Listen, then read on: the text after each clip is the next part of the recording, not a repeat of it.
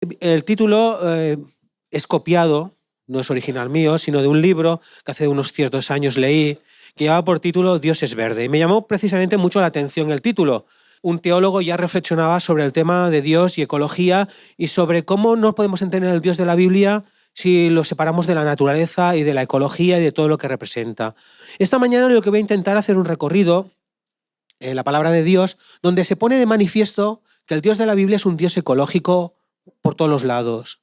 Me gustaría comenzar con un texto muy conocido de Romanos, del apóstol Pablo, y curiosamente es un texto escrito hace 2000 años, pero parece que está escrito a día de hoy. Dice, sabemos que toda la creación todavía gime a una, como si tuviera dolores de parto. Curiosamente, Pablo, 2000 años atrás, en la carta a los Romanos, nos dice que la creación gime y sufre de una forma increíble. Si ya hace 2000 años ya sufría, ahora sufre mucho más. Y esto es evidente por todos los lados. Quiero hacerme eco de 3 citas de 3 autores diferentes. Una ya tuve la oportunidad de compartirla con vosotros ayer, pero me parece tan interesante, tan actual y al mismo tiempo tan antigua en cierta medida, porque tiene unos 40 años, que la quiero volver a recordar.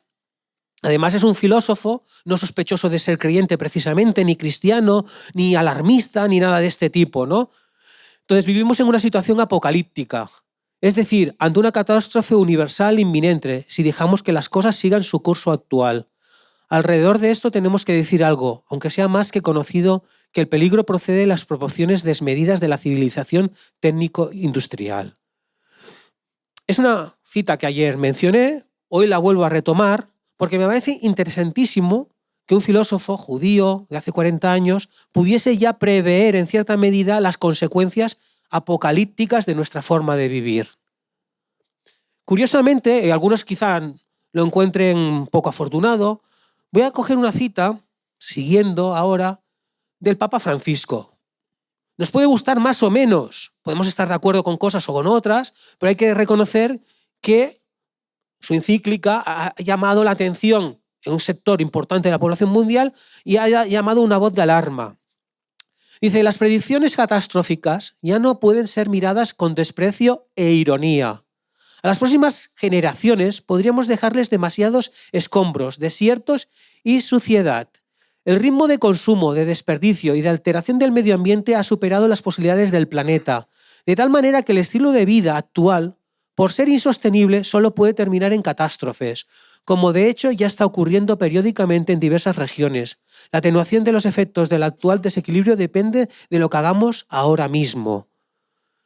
Como decía, nos puede gustar más o menos, pero las palabras son claras y contundentes. Yo creo que las podemos suscribir independientemente de dónde vengan. La situación es alarmante, preocupante y evidentemente la capacidad de reacción cada vez que pasa el tiempo es menor.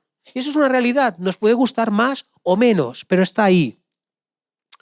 Otro filósofo, Enrique Dussel, dirá lo siguiente: los conglomerados industriales transforman el jardín en basurero. La creación de Dios la estamos convirtiendo en un basurero. Los desechos de las fábricas matan a los peces y los vegetales de los mares. Enrarecen la atmósfera con gases asfixiantes, destruyen a los productores naturales de oxígeno. El Club de Roma, en sus 2 informes, indica que hay recursos naturales no renovables, que la contaminación aumenta, que la especie humana se multiplica, que los alimentos se reducen y que nos acercamos a un colapso ecológico gigantesco. La naturaleza podría exterminar a esta especie que ha tomado irracional por su sistema económico. La naturaleza, que parecía permanecer pacientemente pasiva, responde con una lógica natural que no permite réplica. El que me destruye, se destruye. Y es curioso, nosotros estamos abusando de la naturaleza, de esa creación de Dios, y esa naturaleza que nos rodea, de la cual dependemos, se está volviendo contra nosotros. No porque su deseo sea volverse contra nosotros, sino porque nosotros estamos provocando esa reacción. Estas citas que nos sirven de introducción, ahora me gustaría detenerme en 7 aspectos que encontramos en la palabra de Dios, tanto en el Antiguo y en el Nuevo Testamento, que nos hablan de un Dios, precisamente de un Dios verde. Voy a hacerme eco de muchos pasajes bíblicos porque me parece que nosotros tenemos también la necesidad de volver a la fuente realmente, a la Biblia. Y muchas veces eso nos falta, ¿no? Teorizamos, pero olvidamos volver a la fuente que es la Biblia y ahí encontramos nuestra referente. Y es necesario volver a esa palabra de Dios que nos habla a ciudadanos del siglo XXI como somos nosotros. El primer aspecto que encontramos en la Biblia y que es indiscutible es Dios como creador del hombre. Es curioso, como os decía ayer, la Biblia comienza hablando de una creación y acaba hablando de una recreación. O sea, es como si el principio y el fin se uniesen, se diesen la mano. No podemos hablar de Dios de la Biblia sin hablar de esa creación y esa recreación. Y evidentemente Dios ha creado al hombre. Nosotros somos obra suya. Texto conocidísimo, no descubro nada, Génesis 1:27. Y creó Dios al hombre a su imagen. A imagen de Dios lo creó, varón y hembra los creó. Fijaros, nosotros hemos sido creados. Por lo tanto, somos obra suya. Fijaros, hemos sido creados además con el privilegio de ser creados a su imagen. El hecho de ser creados a su imagen, según mi punto de vista, es que nos permite tener ciertos atributos que son propios de la divinidad. Dios crea, pero del único que crea a imagen y semejanza somos el hombre. Eso implica unos privilegios, pero también implica unas responsabilidades. Nos quedamos muchas veces con el privilegio que tenemos, pero olvidamos las obligaciones. Vivimos en una sociedad donde todos exigimos derechos, pero no nos hacemos responsables de ninguna cosa. Somos capaces de exigirlo todo, pero no somos capaces de dar nada, muchas veces, ¿no? Tristemente. Otro texto en la misma línea. Entonces Dios tomó un poco de polvo y con ese polvo formó al hombre. Luego sopló en su nariz y con su propio aliento le dio vida. Así fue como el hombre comenzó a vivir. Nosotros hemos venido a la vida porque Dios nos ha dado la vida. La vida no es un atributo propio nuestro, no está intrínseco a nosotros mismos. Dependemos de esa conexión con Dios. Y eso es importante porque a veces olvidamos y nos convertimos como si nosotros fuéramos Dios. O nos creemos dioses muchas veces. Y eso es un grave problema. Como dice el texto del Salmo 24:1, del Señor es la tierra y todo cuanto hay en ella. Y esto es importante.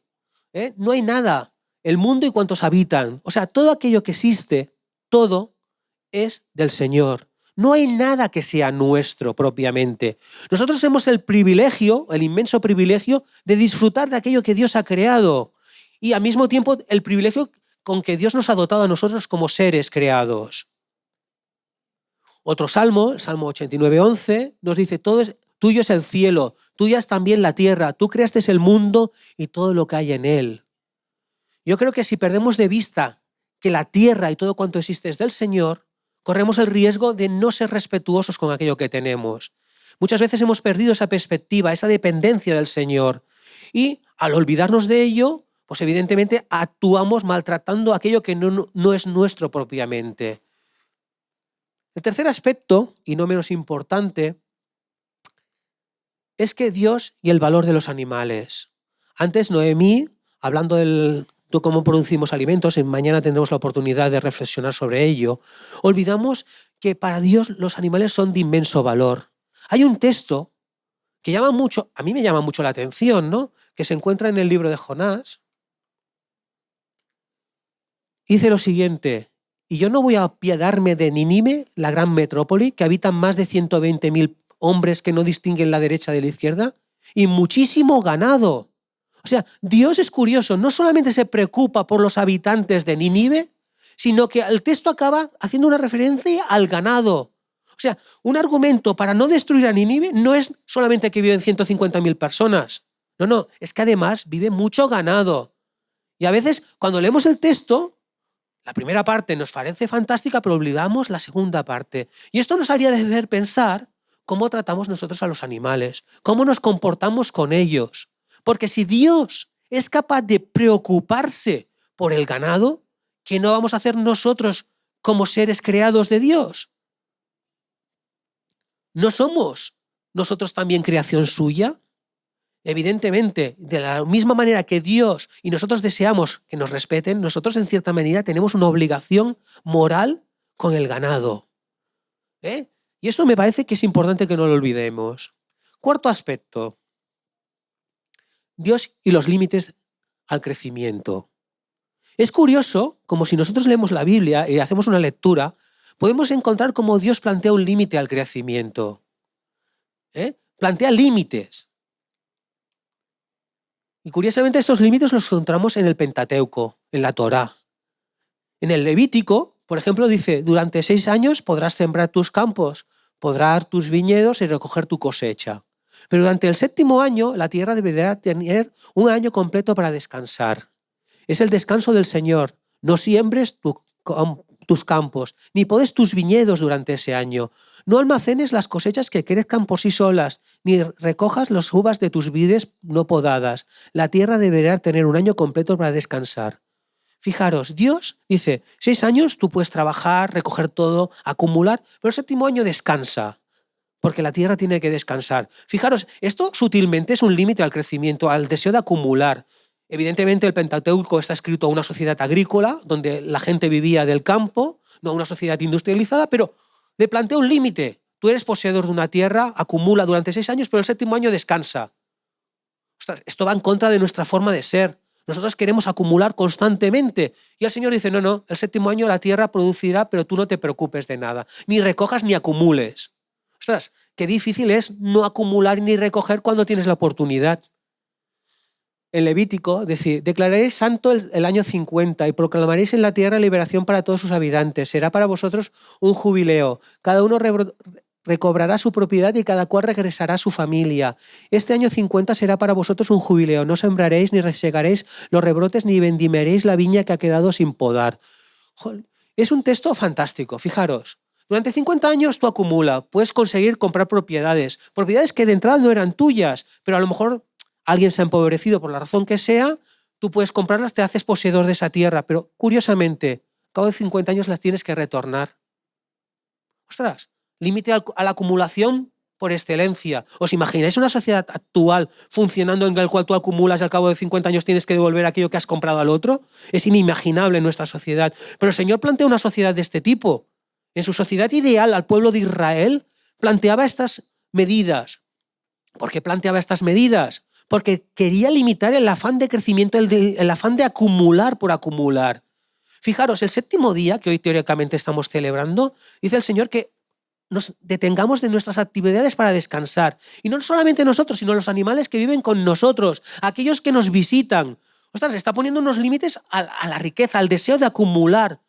Y eso lo encontramos en la Biblia, no me lo estoy inventando, lo tenemos allá, clarísimamente. Desgraciadamente los cristianos muchas veces hemos olvidado todo esto, pero es una realidad. Quinto, Dios como alternativa a la riqueza. Vivimos en una sociedad que lo importante es acumular, tener, ser ricos. El ideal, tú preguntas a cualquiera que aspira a ser millonario, evidentemente, a ganar mucho dinero, a tener mucho de todo. Y fijaros, curiosamente, la Biblia en Proverbios, un texto que a mí me encanta, dice, no me des pobreza ni riquezas, solo el pan de cada día. Porque teniendo mucho, podría desconocerte y decir, ¿y quién es el Señor? Y teniendo poco, podría llegar a robar y deshonrar así el nombre de mi Dios. Es curioso cómo Salomón, hombre inmensamente rico, poderoso, sabio, después de su recorrido vital dice, oye, las riquezas están muy bien, pero ¿sirven de algo? No. La pobreza tampoco. Ostras, ¿qué necesito realmente? Lo justo y lo equilibrado para vivir el día a día. Yo haría una relectura, diría, Señor, dame aquello que necesito para satisfacer mis necesidades. Y eso es lo que necesitamos, satisfacer nuestras necesidades. No necesitamos ser ricos para ser felices. Tampoco necesitamos ser pobres, ni lo deseamos. Necesitamos lo justo y necesario para cubrir nuestras necesidades. Y la Biblia nos propone eso precisamente, cubrir nuestras necesidades vitales. No quiere que seamos pobres y vivamos en la indigencia, pero también no nos propone ser millonarios ni ricos. Nos busca que seamos equilibrados. Y el reto de nuestra sociedad, porque nosotros no vivimos al margen de nuestra sociedad, como decía ahí, es encontrar y fomentar en nuestra sociedad esos valores en el cual todos podamos vivir bien, tener nuestras necesidades básicas cubiertas, pero todos, sin excepción. Y eso es posible si hiciésemos una sociedad diferente de la que tenemos montada y estructurada. Y es la que la Biblia precisamente nos propone. Dios y el peligro del deseo de acumular. En Isaías dice, ay de los que juntan casa a casa y añaden heredad a heredad hasta ocuparlo todo. ¿Habitaréis vosotros solos en medio de la tierra? Y parece paradójico. Vemos personas que acumulan casas, propiedades. Al final, el día tiene 24 horas y nuestra capacidad de disfrutar de las cosas es limitada. Isaías nos dice, oye, ¿tú piensas que puedes tenerlo todo? ¿Puedes acumular tal que todo aquello que acumules lo vas a disfrutar?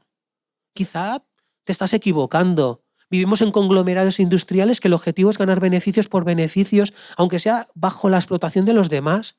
Y esas personas son tan inmensamente ricas que realmente todo aquello que tienen no lo van a poder disfrutar en sentido estricto porque es imposible.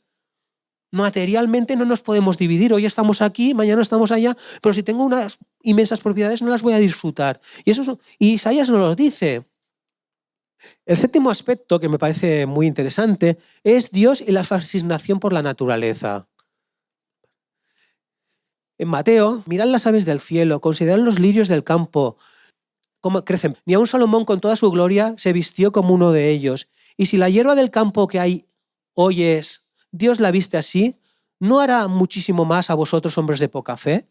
O sea, Jesús, fijaros cómo se deleita contemplando la naturaleza, cómo se deleita en aquellas cosas insignificantes y qué maravillosas que son.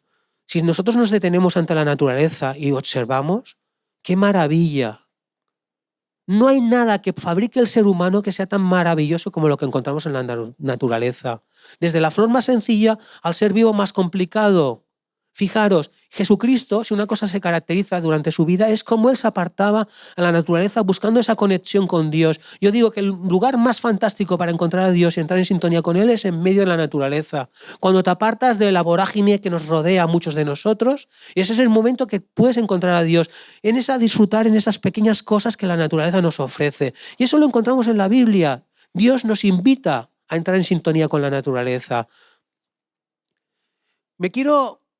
Hay un salmo que a mí me gusta mucho, que es el Salmo 104, que habla del hombre ante la creación de Dios. Y evidentemente no lo vamos a leerlo todo, pero voy a leer algunos pasajes que me parecen, y lo voy a ilustrar con ciertas imágenes porque quiero evocar ese contacto que necesitamos con la naturaleza, ese contacto que necesitamos de recuperar ese Dios que encontramos en la Biblia transversal, que nos habla de unos límites, nos habla del respeto de la naturaleza, nos pone a nosotros en nuestro lugar que nos corresponde como seres creados, con ese privilegio que al mismo tiempo supone ser creados a su imagen, pero que nos pone en el lugar que necesitamos para entrar en sintonía.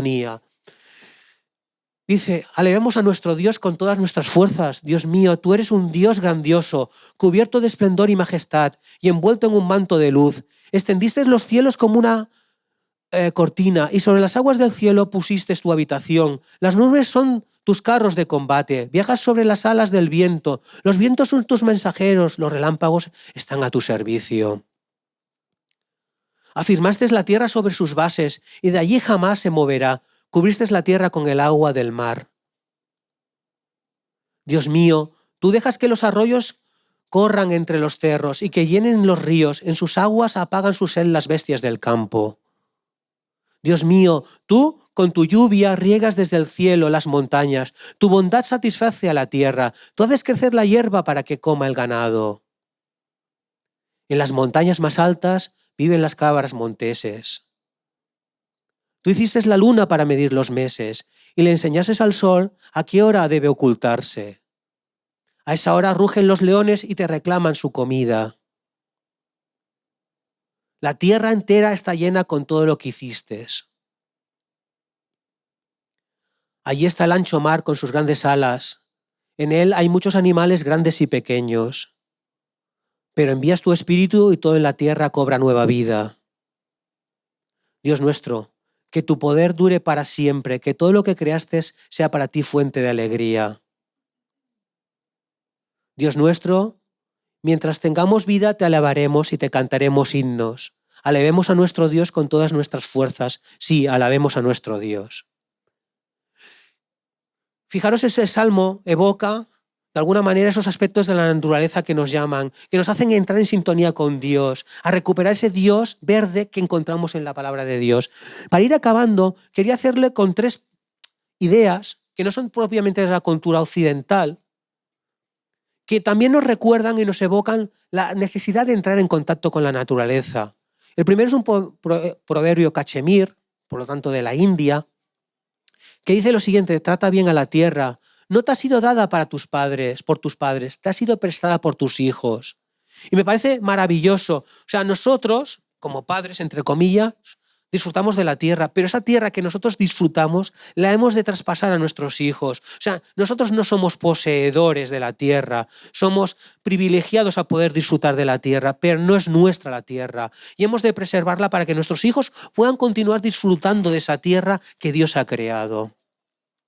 El siguiente es un proverbio de Kenia que dice: no heredamos la tierra de nuestros ancestros, la recibimos prestada de nuestros hijos. Fijaros, es una cultura totalmente opuesta, pero la idea es similar. O sea, esta idea de preocupación por el entorno, por el medio ambiente, no es únicamente nuestra. Creo que los cristianos tendríamos que estar en la punta de lanza de este tema, porque la Biblia nos habla de eso, de un Dios creador, de un Dios que se preocupa.